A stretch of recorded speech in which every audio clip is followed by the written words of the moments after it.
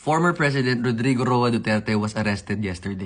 And all that's running in my mind is that the victims of EJK never got the due process he got.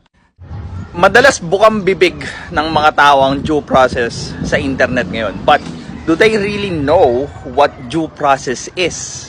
And kaya ba nilang tanggapin kung ano yung due process? This is Pinoy Extreme. Let's do this.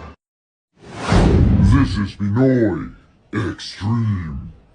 Sana all merong arrest warrant. Sana all dumaan sa proseso. Due process doesn't stop when one violates due process. So, ibig sabihin nun, hindi hinto ang due process dahil lang may isang party ang nag-violate ng due process. Kasi kahit may nag-violate ng due process, after ng violation ng due process, kailangan pa ring may masunod na due process. And yun yung hindi maintindihan ng mga tao ngayon. Okay, sige, victim ka ng EJK. Ngayon, since advocate ka nga ng due process, anong dapat mong gawin? Of course, dapat kang magsampa ng reklamo. And yung reklamo na yun, gugulong para mangalap ng ebidensya na gagamitin sa korte para malaman kung victim ba talaga ng EJK yung isang tao or kasama siya doon sa proseso, nagkataon lang na nadamay or umabot sa punto na kailangang mamatay nung taong aarestuhin.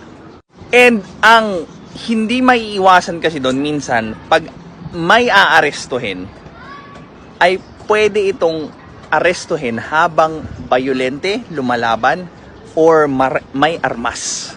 Ngayon, again, hindi ko sinasabing wala yung nagtanim, pero hindi lahat ng namatay, tinaniman. Again, yung iba doon, legitimate na nanlaban. And paano mo masiseparate yung in-EJK versus sa totoong lumaban? Babalik tayo doon sa due process. Sana all nakasakay sa private jet. And the funny thing is, the oppressor and the enablers of the oppressor will oftentimes play the victim when backed into a corner. Maraming gumagawa yan ngayon. Yung nagpapa-victim, 'di ba? Yung kala mo aping-api sila. Ginagamit yan ng hindi lang ng kampo ng kung sino mang politiko yung sinusuportahan mo, kundi kahit ng mga ordinaryong Pilipino. Just watch one of the MMDA clearing operations. Hanapin nyo kung gaano karami yung mga Pilipino na gumagamit ng pagpapaawa para lang makalusot sa kung ano yung ginawa nila.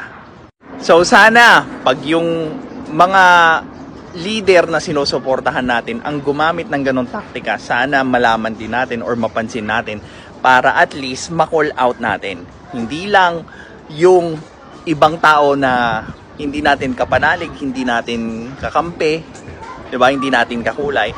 Sana lahat ng tao na i-apply natin yung ganong mindset.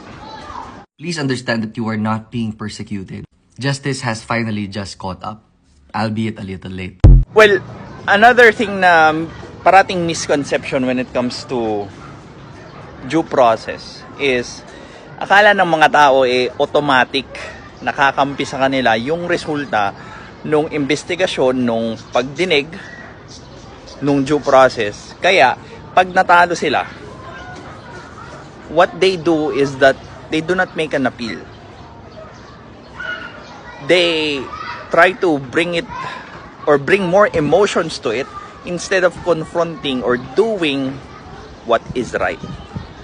Kaya ang ending, puro emosyon, puro walang katuturang rally, so on and so forth. This is Pinoy Extreme. Have a good day.